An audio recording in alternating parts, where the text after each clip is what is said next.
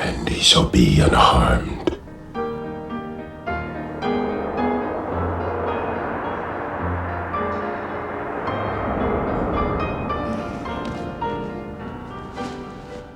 It's a gothic love story at its core. This is a man that was involved with the, you know what it feels like when you have a love of your life, or it feels like the love of your life. You know, some people go from love to love, but in Helen and Daniel's case, it was the one and only. And to be punished for passionate love is unforgivable. Candyman had been sent to all the best schools and had grown up in polite society. He had a prodigious talent as an artist. Before the turn, he painted with a brush. And it's ironic that, you know, after, all he had left was the hook, which wasn't something he chose. That was something that was done to him. They cut off his hand and stuck an impalement into him and covered him with honey and the bees, and there you go. Sometimes it seems like in the last moment of recognition of life that you become what you last appear to be.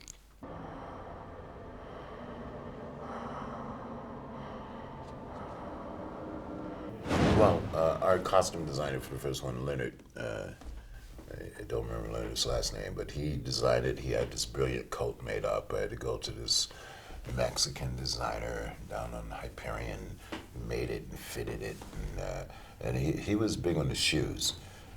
For him, it was all about the shoes. Because his father, Daniel's father, was a shoesmith, and he wanted to give homage to that. That's why I think one of the best scenes is in the parking garage, where Helen and I first meet each other. Face to face in modern time. What's blood for, if not for shedding? With my hook for a hand. The Bees had their own trailer, okay? I've never seen this in the history of film, okay? They had their own trailer. And he said, Tony, come in. I want you to come in here. And I said, really, man? Seriously? He says, no, you need to do it. So I went in there, and the bees are swarming all around us. And he says, no, you need to personalize them. So like, I'm not crazy, so I'm not gonna tell you I know who's who, but this is Harry, and that's James, and there's Stuart.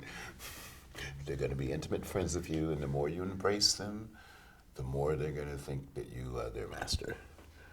Okay. He covered me with phenarone, the essence that the queen bee exhibits to make her drones happy, and and then just let them. But Norman emphasized that they were all baby bees, therefore they were stingerless.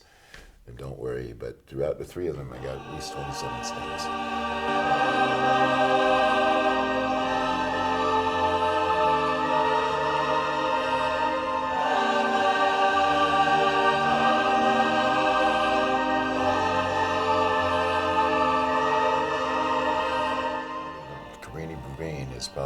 Was probably the most dangerous projects in all of America, and there have been some bad ones. Probably second is, I forget the name of it, was one in St. Louis that you can see on YouTube where they finally just blew it up. It was truly guerrilla filmmaking because people had to be paid in order to shoot. And the dangerous part about Cabrini, here's this separate city in the middle of one of the greatest cities in America that was in and of itself. They had a grocery store that I was told that you do your shopping before 10 a.m. because after that it's no man's land.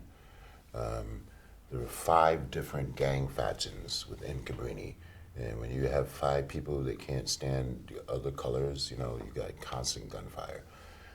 But on the positive side, I met a lot of single mothers who somehow held their own, and with tenacity and spirit and faith, guided their families towards some sort of correct path.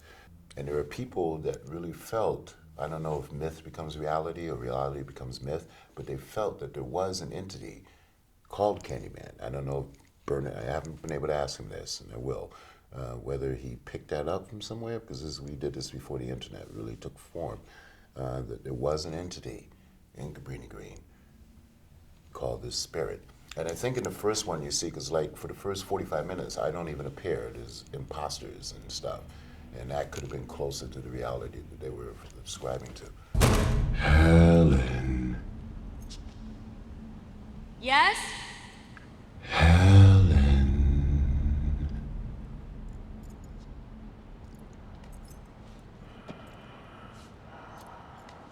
Who is that? I know there was talk after the first one that the second one was possibly going to be Virginia as the monster that she turns into at the end. And I don't know what happened with that. There were many ideas floating around. Bill was to succeed Bernard, and I don't know why Bernard didn't do it, but I think he was competent. He loved the original. Yeah, it wasn't just a hack job, where as opposed to, let's say, Final Destination, where it just changes hands, and because the story plays itself. It's the same story. No offense to Final Destination fans. He was witty and charming, and we really talked in depth about the backstory, and that was wonderful to me. I had already established Candyman, so he was front and center, and I think it took a while for her to feel comfortable knowing that even though she had the bulk of the story to carry, that people were coming to see Candyman, and once we got past that, it was full cylinder. But also, Veronica Cartwright was also in it. I was a fan of, and that was amazing to just share the space with her. And I forget the actor's name, but the gentleman who plays the professor in both the first one and the second one. What's his name? He's the only character. The Michael character- Culkin. Michael Culkin, Yeah. who was great and helped. I felt comfortable that he was there, so it was sort of a true continuation. Because I had to get straight in my mind why Annie was related to Caroline, and I wanted, I insisted that we do scenes of him in his former life.